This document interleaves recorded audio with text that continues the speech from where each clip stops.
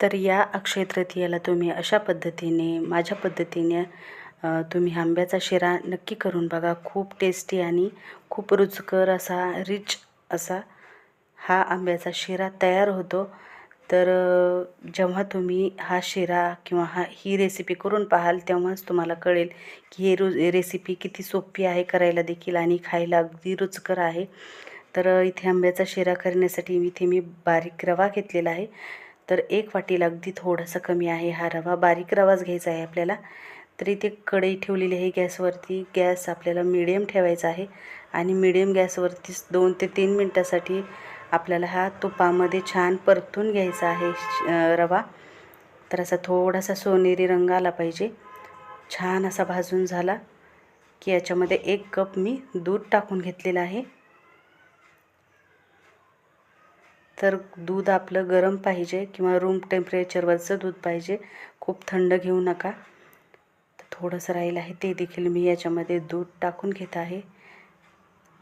तर पाण्याच्या ऐवजी तुम्ही या शिऱ्याला दुधाचा वापर करा। खूप टेस्टी रिच असा इथे शिरा आपला बनवून तयार होतो। तर सर्वात अगोदर इथे दूध टाकून आपल्याला हे 1 मिनिटासाठी हलवून घ्यायचं आहे आणि नंतर 1 वाटी मी इथे आंब्याचा पल्प घेतलेला आहे।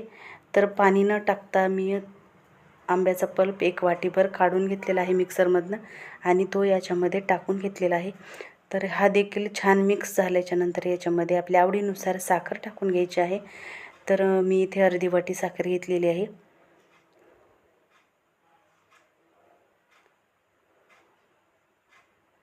तर छान आपल्याला ही साखर मेल्ट करून घ्यायची आहे।